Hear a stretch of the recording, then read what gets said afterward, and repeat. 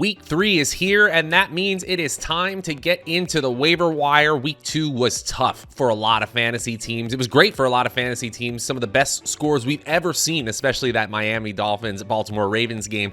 But some key injuries here. Obviously, a lot of fantasy teams losing Trey Lance and some others to monitor. That's why we got to dig in to the waiver wire for every single position, especially early in the season. We got to be very aggressive on the waivers. And we are brought to you today by Stokastic and our friends over at Underdog. We got a special offer for you. If you thought best ball season was over when the summer ended, you were absolutely wrong. Let's get into the action. Right off the bat, let's talk about the Trey Lance injury. Absolutely devastating for the 49ers, who were hoping that he was the future of the franchise. And now it's looking like they're geniuses in the front office for signing Jimmy Garoppolo to that reduced salary in the offseason, because he's going to need to play well. I don't think I want to target him for fantasy. In fact, I'm first looking to see if Carson Wentz is available. He's been the quarterback 5 overall through 2 weeks, and while I do think the opponents are going to get tougher, the weaponry is turning into a really solid group, with Curtis Samuel and Jahan Dotson being added to Terry McLaurin and the healthy Logan Thomas. It's a wide open division with Dak Prescott injured, and I do think that Carson Wentz looks better than he has in previous seasons. He could be a solid fantasy option for you if you're hurting at the quarterback position. I also think Jared Goff is a decent option. Offense that's improved, certainly. Their offense is competent in Detroit. They are 3rd in the NFL in points per play so far, and because their defense is so bad, they're going to have a high amount of passing volume. Enter Jared Goff, who's not anything special, doesn't have a lot of rushing upside, but if the volume is there and the weapons are good, we've seen him succeed before, so he's my number 2 option at the quarterback position, assuming Wentz isn't available. If both those options are gone, then I'm considering either Daniel Jones or Marcus Mariota. Both players have rushing upside. Both teams are probably going to be losing in both games or in close games, so that comeback mode, the neutral game script, leads to more passing plays overall. Atlanta has actually been sneaky efficient, so I lean towards Mariota. They're above league average in yards per carry, yards per attempt, and 7th in the NFL in points per play. Jones and the Giants have been less impressive, but are 2-0. Again, we're scraping the bottom of the barrel at the quarterback position, and these are high ceiling, low floor plays like Lance ultimately looked like on paper. If all 4 of Carson Wentz, Jared Goff, Daniel Jones, and Marcus Mariota are picked up in your league, then I guess you're going to have to dig deeper. My picks for you are Baker Mayfield or Jakobi Brissett, maybe Joe Flacco while he throws this much, but you're going to have to be aggressive on the waiver wire, and it's going to be tough. It's not impossible, but it's going to be tough. Keep those trade lines of communication open in your league. We can figure this out. It's only week 3. Now let's take a look at some streaming defenses really fast here. Not a great week for streaming defense, but one game I'm targeting either defense is this Dallas-New York Giants game. Obviously, Cooper Rush starting for the Dallas Cowboys, and while he looked good against the Bengals, this is still a mistake-prone offense that is dealing with a ton of injuries right now. And while I do think Dallas is going to be competitive, their defense is the reason why. Their defense is 15th in defensive DVOA, and PFF has them as a top 12 secondary and a top 3 pass rush. They also have them as a top 10 overall defense, which ultimately I think helps them stay in a game where their offense likely turns the ball over. The Giants aren't anything special defensively. They're hopefully getting first rounder Kayvon Thibodeau back, but if you're looking for a team, just a what the heck defense this week, I think you could do worse than the New York Giants. And I can't believe I'm recommending them, but it's all about the matchup. The Chicago Bears are playable against the Houston Texans. The Texans' offense looks marginally improved, I suppose. They still have the 6th worst offense according to PFF, and their receiving grade in particular is getting absolutely torched. I still think Brandon Cooks is good, but outside Cooks, Texans basically have no one. They've been particularly bad this year. Again, this is a low total game that we're targeting. 2 bad offenses and honestly 2 bad defenses, but the Chicago Bears are my plug your nose and play defense for week 3. Next, I want to quickly highlight some skill position players who you just got to check if they're available in your league. Sterling Shepard is only rostered in 60% of Yahoo leagues right now. That number needs to be higher. The Giants aren't a great team, especially in the passing game, and 6 for 34, his stat line last week, that's not impressive either, but he had 10 targets, and we're going to chase the volume here. Especially in full PPR leagues, I think Sterling Shepard could actually turn into an every week starter again, a wide receiver 3 or flex play. He's got 40% of team air yards, 26% of team targets.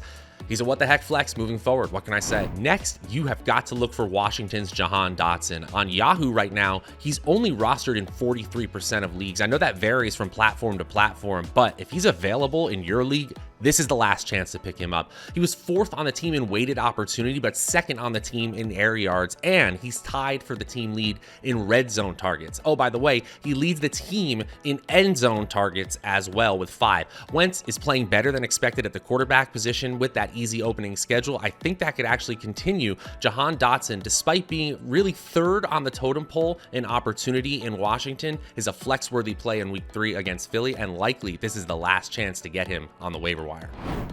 Now we get into it, my top options at the skill positions, assuming those players who are in most leagues already rostered.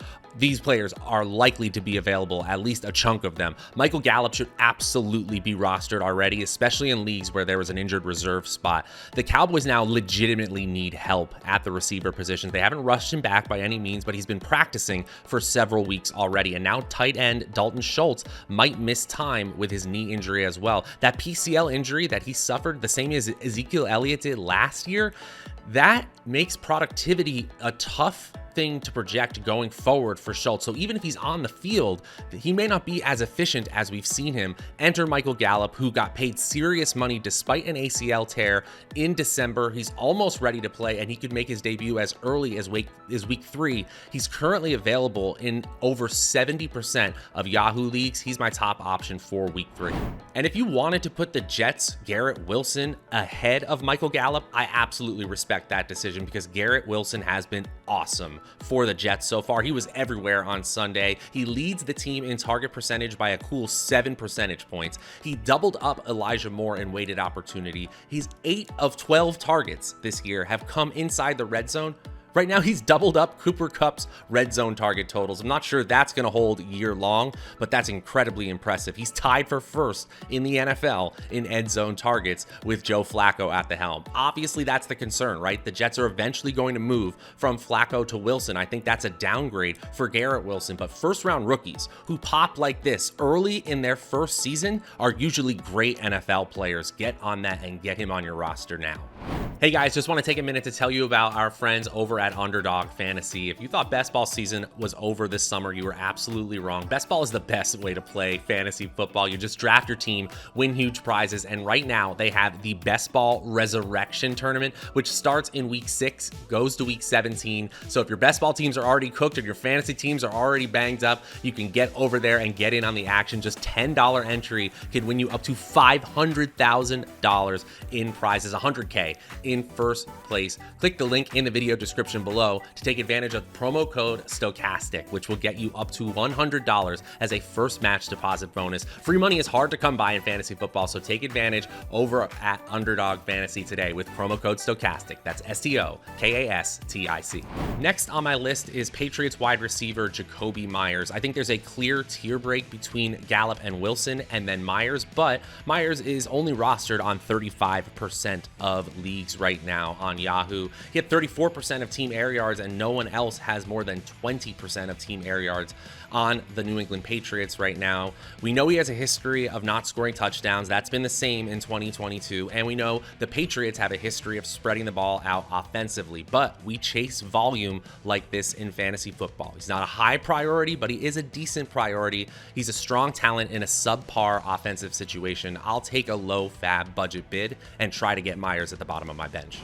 And in the same tier as Jakobi Meyers is Joshua Palmer of the Los Angeles Chargers.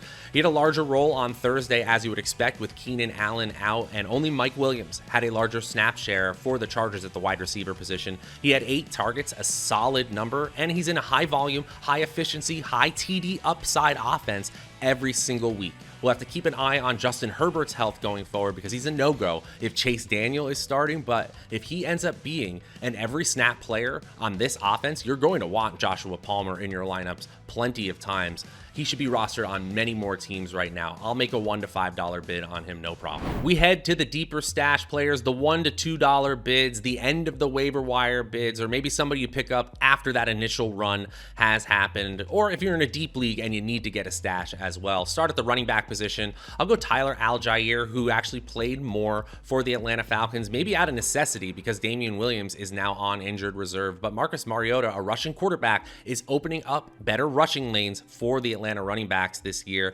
and Allgeier tied for the team lead in rushes in week 2. He's not being used in the passing game. This offense isn't explosive, but if you need running back help, you could do worse than Tyler Allgeier, who looks like the running back 2 because they really have nobody else in Atlanta. And while it looks like James Conner's injury isn't serious, we have seen him struggle when injured, so I do think stashing Benjiman and honestly Darrel Williams as well isn't a bad idea. The Arizona Cardinals kind of split opportunity between the two very evenly after James Conner left week 2's game. What I was surprised about is that Benjiman only out-targeted Williams 4-3. That means 7 targets going to the running back position. I'll take a chance on either player. They even had 16 carries between the two of them. Again, we're talking about a free or $1 stash play, especially for Darrel Williams, because Benjiman was clearly ahead of Williams in the week 1 matchup, and Conner looks like he'll play in week 3, but this running back starter position for the Arizona Cardinals is worth chasing, especially if it's free. I like Benjiman over Williams, but just barely here. My deep league stashes at the wide receiver position. How about Greg Dorch on the same Arizona team, a team that has the receiver position really banged up right now. His role is in flux as Rondale Moore and Andy Isabella and DeAndre Hopkins eventually work back into the fold. But the player, while not a priority pick, has passed the eye test for me. He simply may have earned more playing time. He's an interesting $1 stash who's outperformed his expectations a far amount already. It's point chasing a little bit, but again, just a $0 to $1 stash for a player like Greg Dorch, not bad at all. And I'm also taking a look at the Cowboys' Noah Brown. I mean, they're getting Gallup back likely this week, and I'm prioritizing Gallup over Brown, but Brown operated as the wide receiver 2 on Sunday, seeing 5 targets from Cooper Rush and 76 air yards and turning it into a very respectable 5 catches, 91 yards, and a touchdown. While some of it is just variance, he's leading the Cowboys skill position players in fantasy points by a decent margin, and with Schultz possibly missing time or being inefficient, I think the 6'2", 222-pound Noah Brown could be very, very helpful, especially in the red zone for Cooper Rush and Dak Prescott once he comes back.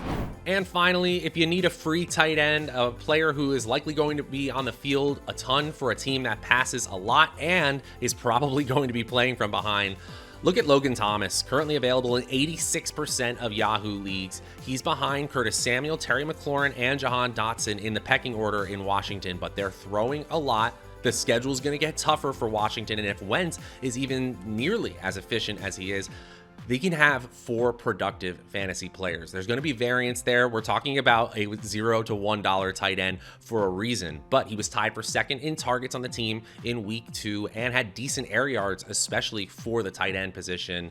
I like the matchup from a passing perspective, and I like the fact that the veteran has worked his way back to a 70+% snap share as well. You could do worse than tight end Logan Thomas in week 3. And that is going to do it, folks, for my waiver wire plays for week 3. We got you some help at the quarterback position if you're dealing with injuries. We got some streaming defenses as well. And then my top tier, mid tier, and lower tier waiver wire stashes for week 3. Remember to stay aggressive on the waiver wire. It's important early on in the season. And it's also important to check out that offer from our friends over at Underdog Fantasy. For Stokastic.com, my name is Matt Savoca. We'll see you guys later.